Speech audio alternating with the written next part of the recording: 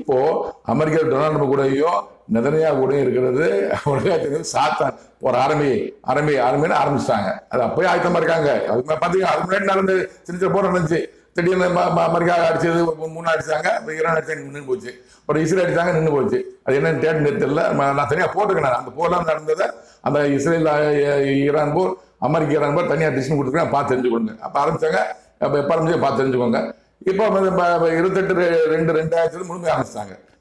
3ஆம் போர் விரைவில் உண்டாகும்.